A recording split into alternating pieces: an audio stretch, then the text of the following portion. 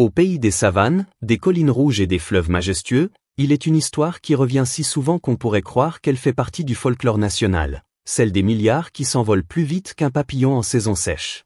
Cette fois-ci, c'est un nom connu de tous les Camerounais qui fait la une, non pas pour ses talents d'homme d'affaires ou pour une œuvre de bienfaisance, mais pour un trou béant de 2,5 milliards de francs CFA dans les caisses de l'État.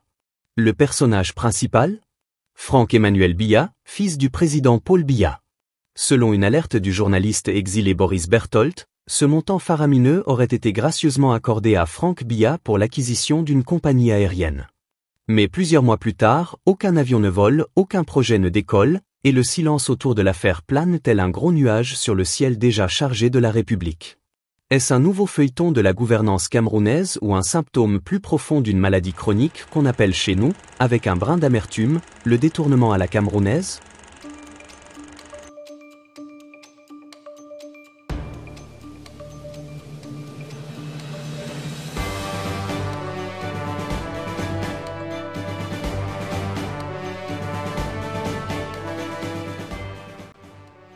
Franck Biya, ce nom ne vous est probablement pas étranger. À défaut de s'adresser à la presse, il occupe pourtant régulièrement les colonnes des journaux, souvent pour de sombres affaires. Cette fois, la rumeur est si bruyante qu'elle fait trembler les murs du palais.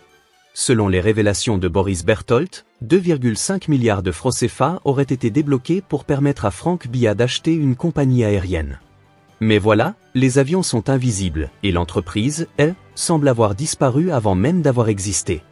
Certains disent qu'il s'agissait d'un projet stratégique.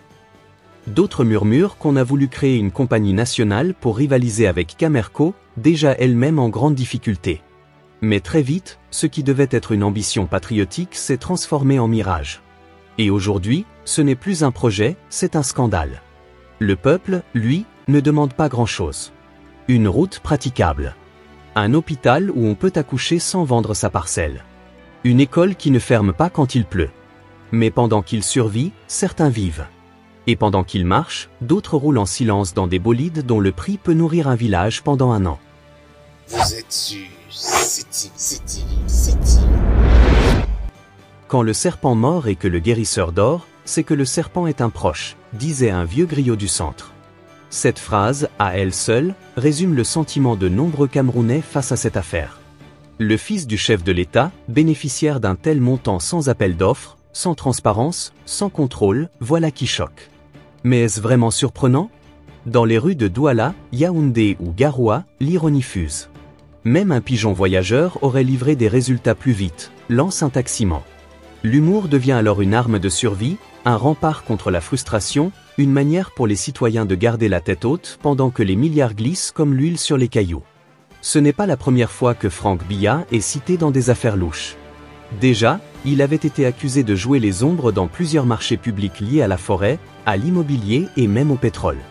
On dit de lui qu'il est discret, mais c'est surtout son nom qui revient avec une insistance troublante chaque fois qu'un scandale éclate. Comme un refrain dans un makossa politique sans fin. Vous êtes sur c'est Vous êtes sur c'est Dans cette affaire, ce qui frappe aussi, c'est le silence du gouvernement. Aucun communiqué. Aucune explication. Aucun démenti. Le mutisme est roi. Et comme toujours au Cameroun, quand le silence devient trop pesant, les réseaux sociaux s'enflamment. Les internautes prennent le relais. Les caricaturistes aussi. Et c'est là que le débat s'installe. Jusqu'à quand ? Jusqu'à quand va-t-on permettre que des individus, au nom de leur proximité avec le pouvoir, puissent puiser dans les fonds publics sans rendre compte ? Jusqu'à quand les Camerounais vont-ils accepter de rester spectateurs dans leur propre pays pendant que d'autres écrivent le scénario à huis clos ? Il est bien vrai que dans toute démocratie, la présomption d'innocence est sacrée. Et nous n'allons pas l'oublier ici. Mais informer, ce n'est pas accuser. C'est faire la lumière. C'est interroger les faits. C'est offrir au peuple le droit de savoir. Vous êtes sur c'est Vous êtes sur c'est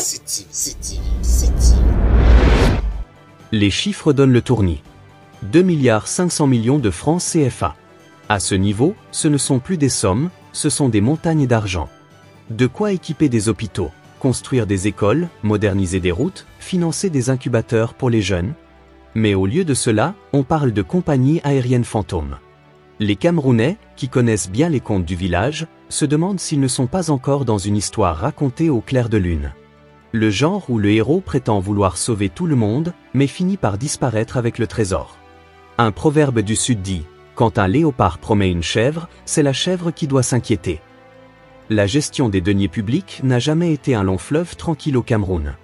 Mais quand des membres ou proches du cercle présidentiel s'en mêlent, le fleuve devient un torrent incontrôlable. Ce n'est pas la première fois que le nom de Franck Biya se mêle au grand flux d'argent public. En 2020 déjà, des rumeurs évoquaient sa main invisible dans plusieurs projets forestiers. En 2022, on l'associait à des sociétés immobilières basées en France. Aujourd'hui, c'est l'aviation. Une trajectoire digne d'un roman, si ce n'est qu'ici, c'est le peuple qui paie le prix. Il est difficile de rester neutre face à tant de coïncidences. Mais restons journalistes. Observons. Notons. Vérifions. Ce que l'on peut affirmer, c'est que les preuves sont en cours de publication selon Boris Berthold. Et quand les preuves viendront, alors viendra aussi le moment des explications. Pour le moment, aucune réaction officielle. Ni du ministre des Finances, ni du Premier ministre, ni même du président lui-même. Et comme toujours, cette absence d'explication fait naître 1000 versions sur les réseaux sociaux, entre vérité, satire et manipulation. Vous êtes sur CTV. Vous êtes sur CTV. Une question reste. Comment une telle somme peut-elle être accordée à un individu sans une structure formelle, un audit préalable ou même un débat parlementaire? La constitution camerounaise exige pourtant que les dépenses de l'État soient transparentes. Où est donc passé ce principe? Dans les quartiers populaires, les jeunes ne mâchent pas leurs mots. On nous dit de vendre le piment pour survivre, pendant qu'ils volent l'usine entière, lancent un mototaximan à Yaoundé. Le langage populaire devient parfois plus incisif que les éditoriaux. Le malaise grandit d'autant plus que cette affaire surgit dans un contexte de tension sociale. L'inflation ronge le panier de la ménagère, le taux de chômage grimpe, et les enseignants comme les soignants se plaignent de leurs conditions misérables. Et pourtant, 2,5 milliards peuvent disparaître, sans que personne ne tousse. Vous êtes sur CTV. Vous êtes sur CTV. Les journalistes camerounais sont prudents. Très prudents. Car parler d'un Biya, c'est risquer des poursuites. Certains ont été arrêtés pour moins que ça. Mais la diaspora, elle, n'a pas les mêmes chaînes. Et c'est là que la vérité commence souvent à éclore. On peut critiquer Boris Berthold, contester sa méthode ou douter de ses sources. Mais une chose est sûre, il ouvre des portes. Il attire l'attention. Il met la lumière là où il fait sombre.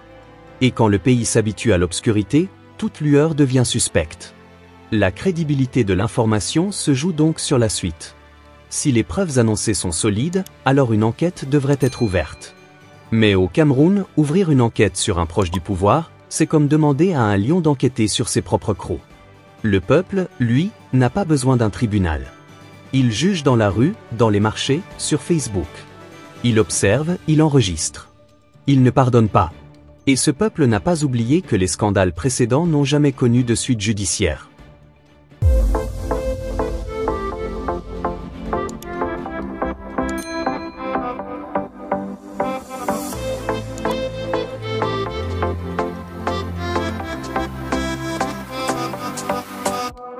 Certains acteurs de la société civile s'indignent. D'autres appellent au calme. Et quelques-uns, dans les coulisses, préparent déjà des vidéos explicatives, des tribunes, des caricatures. Le feu est allumé. Il ne manque que l'étincelle qui pourrait embraser tout un système. Mais attention. Dans un état de droit, il faut des preuves. Il faut des témoins. Il faut des documents. Ce que l'on attend maintenant, c'est la suite des révélations promises par le journaliste en exil. Car sans cela, le doute devient lui aussi un poison. Au-delà de la personne de Franck Biya, c'est tout un système qui est remis en cause. Un système où l'impunité semble écrite dans la constitution invisible des puissants. Où l'ascension sociale passe non par le mérite, mais par les liens de sang.